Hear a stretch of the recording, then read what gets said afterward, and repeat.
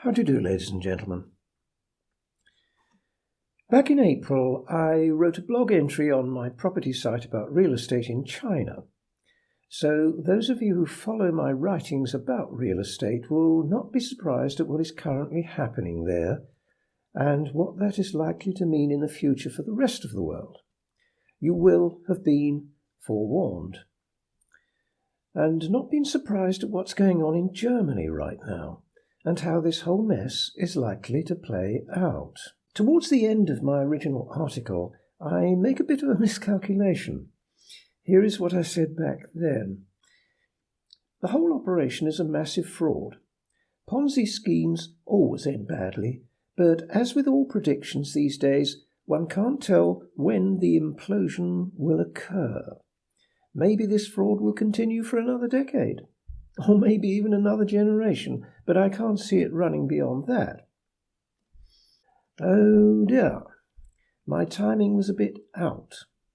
Evergrande, the biggest of these Chinese property companies, is bankrupt.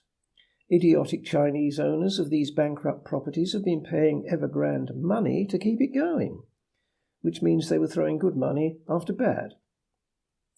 Their life savings are gone, their properties are falling down, or haven't even been built, and they're facing ruin. This is going to end badly. You might think this is all happening a long way from home, but I mentioned Germany at the beginning of this article. Have you been following what's going on there? If not, perhaps it's time you woke up and paid attention, because something nasty is eating at the property fabric not a million miles away. Maybe what is happening now in China will shortly be happening, but in a slightly different way, in the EU. The bottom line is governments are coming for real estate. There's a lot of talk about stock markets crashing. There doesn't seem to be much chance of that at the moment, but who knows? I don't have that all-essential crystal ball. But if your pension funds are invested in real estate companies, you might like to have a look at the political ruckus that is stirring up in Germany. There is a proposal to break up property companies because they are controlling the rental figures. Are you invested in such a company to provide for your pension? If so, there could well be trouble ahead. Property-owning companies may well be about to be destroyed, first in Germany and then maybe all across Europe.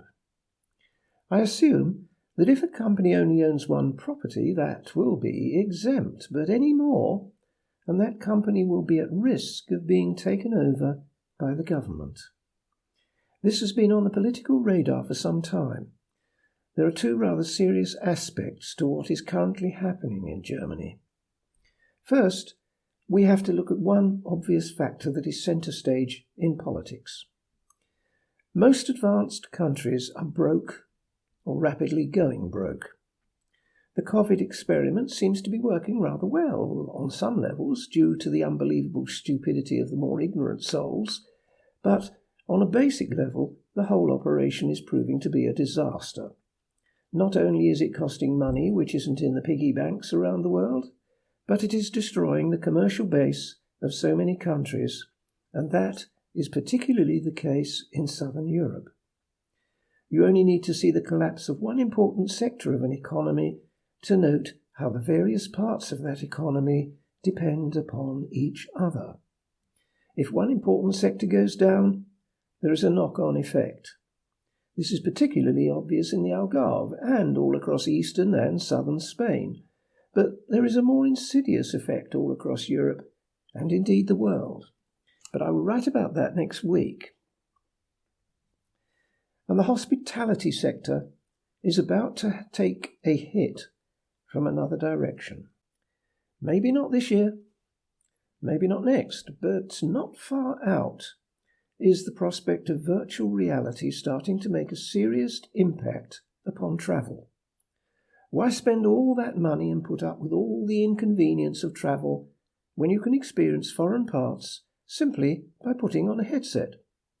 And the millennials will love that, and like it or loathe it, they are the future.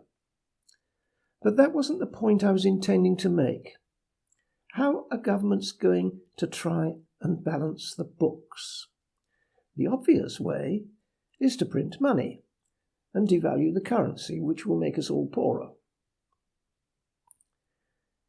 The other way is to take more money from people.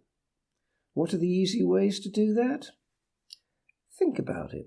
What is the easiest thing to tax? Your home. You have to declare it, as everyone you deal with is going to know your address. You can't hide it. Some people have tried that. I seem to remember someone building a house partly inside a stack of straw bales. And your house, of course, is valuable. It's a sitting target. Is Germany the first country in Europe to start a serious attack upon real estate? The proposed playbook is to start attacking the giant property-owning companies. We are currently waiting to see how this will play out, as the general election has disrupted the timetable. Will there be an attempt to break them up or nationalise them? Already in the UK, one is penalised for owning real estate and harried for being a landlord. Yet pension plans are more often than not founded upon investing in such companies. And it is going to be interesting watching what happens over the next few years. The real problem is that once property rights are in the firing line for whatever reason, we are facing a big problem. Once property rights are no longer sacred, nothing is. Real estate is called real for a reason. Take that reality away, and what does any value rest upon? That's the first thing a communist state does. Take away your right to own land.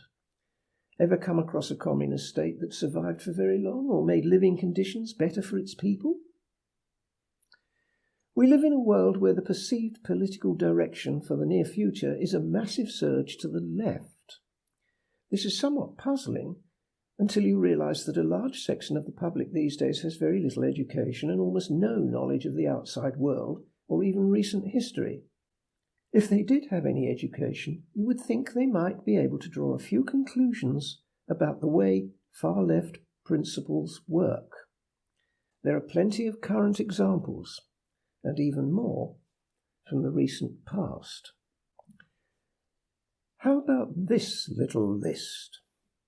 China, Zimbabwe, Venezuela, Cuba. Not a pretty sight. I bet not a single reader would want to move to any of those places. So why would anyone with half a brain espouse those principles? This new developing world order we inhabit is not a happy place, and sadly, it is likely to get a lot worse from here. Sorry to be a bit depressing, but maybe we can be a bit more upbeat next week. Please do listen in next week, and please do click the right buttons to like the video. Thank you very much, and see you next week.